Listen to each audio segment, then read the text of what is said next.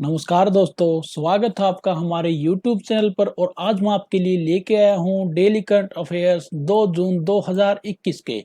और आगे बढ़ने से पहले मैं आपको बोलना चाहूँगा कि आप इस वीडियो को अंत तक ज़रूर देखें, और अगर आपको वीडियो पसंद आए तो आप हमारे चैनल को सब्सक्राइब कीजिएगा और इस वीडियो को लाइक कीजिएगा। तो आइए देखते हैं क्या है आज का पहला क्वेश्चन। पहला क्वेश्चन है दोस्तों, WHO ने भारत में पाए जाने वाले कोविड-19 वेरिएंट का क्या नामकरण किया? आपकी ऑप्शन है अल्फा, बीटा, डेल्टा या फिर गामा। तो WHO ने नामकरण किया है भारत में पाए जाने वाले कोविड-19 वेरिएंट का डेल्टा। और भारत में पाए जाने वाले B.1.617.2 वेरिएंट को डेल्टा नाम दिया गया, और यूके में पाए गए वेरिएंट को अल्फा नाम दिया गया। WHO ने 4 चिंताजनक वेरिएंट B.1.1.7, B.1.351, P2 और B.1.617.2 की पहचान की। उन्हें क्रमशः अल्फा, बीटा, गामा और डेल्टा के रूप में लेबल किया गया है। अगला क्वेश्चन है दोस्तों, एमबी टैग भारत का पहला स्वदेशी तापमान data logger, temperature data logger किसने विकसित किया? आईआईटी रोपड़, आईआईटी मद्रास, आईआईटी दिल्ली और आईआईटी मुंबई। तो ये विकसित किया है एमबी टैग नाम का स्वदेशी तापमान डाटा लॉगर, किसने? आईआईटी रोपड़ ने। और कोल्ड चेन प्रबंधन के लिए विकसित भारत का पहला स्वदेशी डाटा लॉगर है ये। और एमबी टैग को यूएसबी डिवाइस के आकार का बनाया गया है। यह लगातार अपने आसपास के तापमान को रिकॉर्ड करता है। और एमबी टैग को टेक्नोलॉजी इनोवेशन हब अवध और इसके स्टार्टअप स्क्रैच नेस्ट के द्वारा विकसित किया गया है। और अवध की फुल फॉर्म क्या है? Agriculture and water technology development hub. OECD ने भारत की विकास दर के अनुमान को घटाकर कितने प्रतिशत कर दिया? पहले जो इन्होंने घोषित किया था वो था 12.6%। और बाकी आप 3 ऑप्शन देख सकते हो, इनमें से अपना जवाब दें कि कौन कितनी कर दी गई है भारत की दर घटा के जीडीपी की। 11%, 9.9% या 8.6%। तो ये कर दी गई है 9.9%। और ये ओईसीडी है क्या? आर्थिक सहयोग और विकास संगठन, यानी organisation for economic cooperation and development. वित्तीय वर्ष 2022 के लिए भारत के विकास अनुमान को घटाकर 9.9% कर दिया है। और जो ओईसीडी का मुख्यालय है वो कहाँ पे है? पेरिस, फ्रांस में। और पेरिस में एक और मुख्यालय है, उसका नाम है यूनेस्को का मुख्यालय भी पेरिस में है। और इसमें ओईसीडी में है 37 सदस्य देश शामिल। स्थापना हुई थी वर्ष 1961 में। किस स्टार्टअप द्वारा वज्र कवच कीटाणु शोधन प्रणाली, वज्र कवच डिसइंफेक्शन सिस्टम विकसित की गई है? इंडर वाटर, स्काईलाइन, स्पेसएक्स या ब्लू ओरिजिन। तो इंडर वाटर ने विकसित की है वज्र कवच डिसइंफेक्शन सिस्टम, यानी कीटाणु शोधन प्रणाली। ये जो फ्रंट लाइन कार्यकर्ताओं द्वारा उपयोग किए जाने वाले उपकरणों से वायरल कणों को दूर करती है।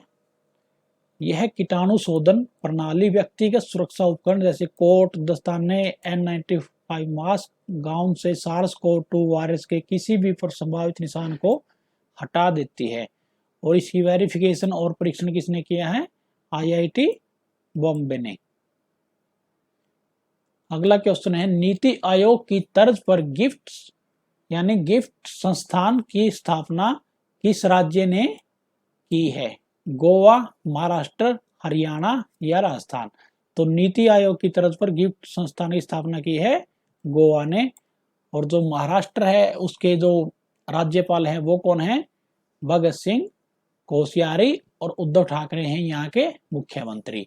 और जो हरियाणा के राज्यपाल है वो हैं सत्यदेव नारायण आर्य, और मुख्यमंत्री है मनोहर लाल खट्टर, और राजधानी है चंडीगढ़, और राजस्थान की राजधानी है जयपुर, और मुख्यमंत्री है श्री अशोक गहलोत, और कलराज मिश्र है यहाँ के राज्यपाल।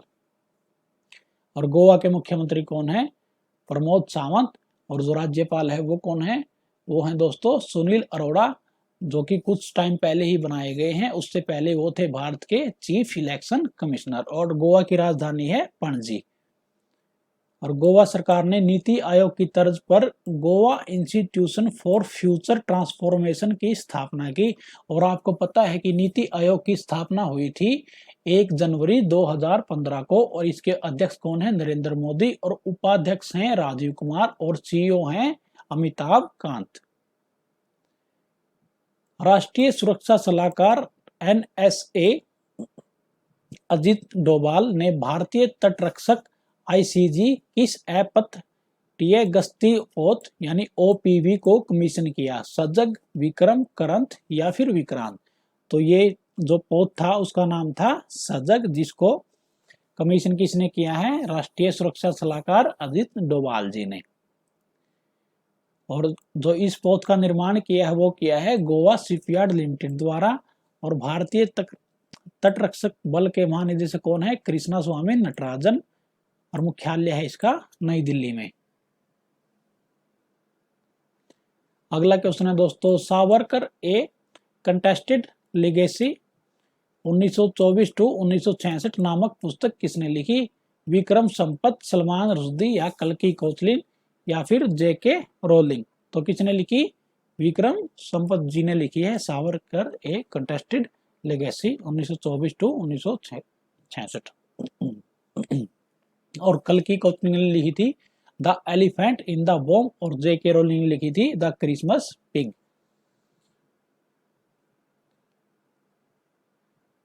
Star Gazing The Players in My Life किसने लिखी, अनिल कुंबले, रवि शास्त्री, सोनू सूद या गुलाब सिंह। तो Star Gazing The Players in My Life ये है रवि शास्त्री जी की लिखी हुई पहली किताब। और सोनू सूद की बुक आई थी आई एम नॉट ए मसीहा, और गुलाब सिंह की बुक थी कारवां जरूरी है, जो कि किसके जीवन पर आधारित थी, नरेंद्र मोदी की जीवन पर आधारित थी। शास्त्री ने इस पुस्तक में दुनिया भर से मिली लगभग 60 असाधारण प्रतिभाओं के बारे में लिखा जिन्होंने उन्हें प्रेरित किया। और इसके सह लेखक कौन है, अयाज मेमन। और प्रकाशन किसने किया है, हार्पर कॉलिंस इंडिया ने। विश्व दुग्ध दिवस कब मनाया जाता है, 1 जून, 5 जून, 21 जून या फिर 1 मई। तो विश्व दुग्ध दिवस मनाया जाता है 1 जून को, और 5 जून को विश्व पर्यावरण दिवस, और 21 जून को क्या मनाया जाता है, विश्व योगा दिवस, और 1 मई को विश्व मजदूर दिवस। 2001 में विश्व दुग्ध दिवस की स्थापना संयुक्त राष्ट्र के खाद्य और कृषि संगठन द्वारा वैश्विक भोजन के रूप में दूध के महत्व को पहचानने और डेयरी क्षेत्र को सम्मानित करने के लिए की गई। और जो इसका मुख्यालय है खाद्य और कृषि संगठन का, वो कहाँ पे है, ये है दोस्तों रोम, इटली में। और विषय इसका विषय क्या है जो इस दिन का, इस साल का, पर्यावरण, पोषण और सामाजिक अर्थशास्त्र के संदेशों के साथ डेयरी क्षेत्र में स्थिरता। 1 जून को मनाया जाता 1 जून को इसके अलावा दोस्तों एक दिवस और मनाया जाता है जिसका नाम है वैश्विक मातृ पितृ दिवस।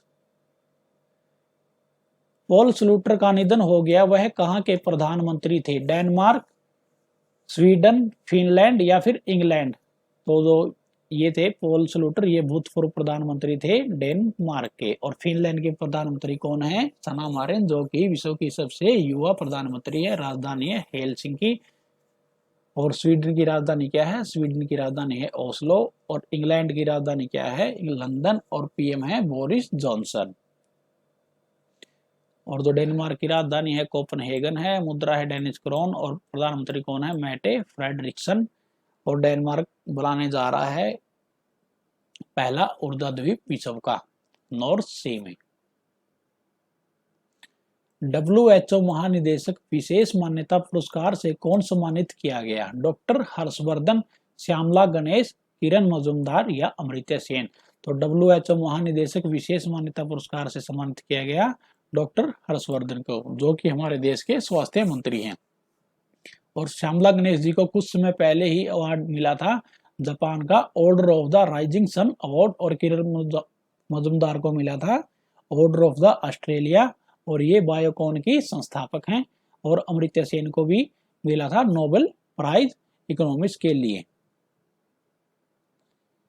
विश्व स्वास्थ्य संगठन ने केंद्रीय स्वास्थ्य मंत्री डॉक्टर हर्षवर्धन को तंबाकू नियंत्रण के क्षेत्र में उनकी उपलब्धियों के लिए WHO महानिदेशक विशेष मान्यता पुरस्कार से सम्मानित किया गया। और WHO की स्थापना कब हुई थी? 7 अप्रैल 1948 को। और इसके जो हेड हैं वो कौन है? वो है टेड्रोस अधानोम। दुनिया भर के किसानों के लिए दुनिया का पहला नैनो यूरिया किसने पेश किया? इफ्को ने, बोलगार्ड, DAP या हिंदुस्तान एग्रीकल्चर ने? तो दुनिया का पहला नैनो यूरिया पेश किया इफ्को ने। और इफ्को का मुख्यालय है नई दिल्ली में। 3 नवंबर 1967 को इसकी स्थापना हुई नई दिल्ली के अंदर। और अध्यक्ष कौन है? BS नकई। और MD और CEO कौन है? Doctor US Awasthi. तो इस वीडियो को अंत तक देखने के लिए दोस्तों आपका धन्यवाद। और अगर आपको हमारी वीडियो पसंद आई तो इस वीडियो को लाइक जरूर कीजिएगा और हमारे चैनल को सब्सक्राइब जरूर कीजिएगा। Thank you.